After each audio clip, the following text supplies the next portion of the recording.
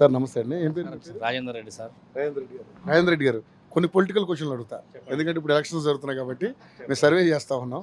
So ఈసారి చేవేళ్ళ నియోజకవర్గంలో కాంగ్రెస్ జెండా ఎగరబోతుందా? ఎంపీ ఎలక్షన్స్లో బీజేపీ జెండా ఎగరబోతుందా, లేకపోతే గులాబీ జెండా ఎగరబోతుందా? ఏమనుకుంటారు?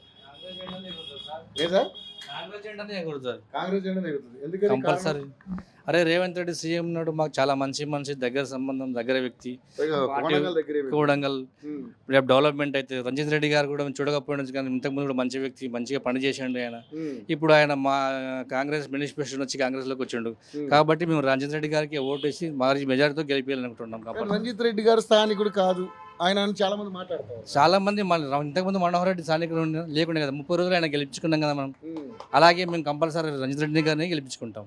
ఓకే సరే, రంజిత్ రెడ్డి గారిని గెలిపించుకుంటారు. రంజిత్ రెడ్డి గారికి పోటీ ఎవరు అనుకుంటున్నారు ఇక్కడ? కొండవిశ్వరెడ్డి. బీజేపీ పార్టీ ఉంటుంది. బీజేపీ పార్టీ మధ్యలో కాంగ్రెస్ మధ్యలోనే ఉంటుంది. మరి బీఆర్ఎస్ ఎవరు ఆయన కాంగ్రెస్ ఎవరేసి వచ్చేపోండి. కేసీఆర్ పని అయిపోయింది, ఆయనకి ఎవరు ఓట్లు కూడా ఎవరికి కేసీఆర్ పని అయిపోయింది అంటారా? అంతే కంపల్సరీ అండి. అంటే 10 ఏళ్ళలో ఏం చేయలేదు. ఏం చేశాడు చెప్పండి మీరు. ఓకే సో ఎంత రావచ్చు కంపల్సరీ 40 and 50 వరకు కంపల్సరీ వస్తుంది. ఓకే ఎన్ని స్థానాలు గెలవచ్చు? 12 నుంచి 15 వరకు గెలుస్తుంది. ఓకే సో మొత్తానికి అయితే కాంగ్రెస్ పార్టీ ఇక్కడ మంచి ఆడావిడి బాగానే ఉంది. ఓకే థ్యాంక్ యూ అండి, థ్యాంక్ యూ సో మచ్ అన్న. నమస్తే. ఏం పేరు?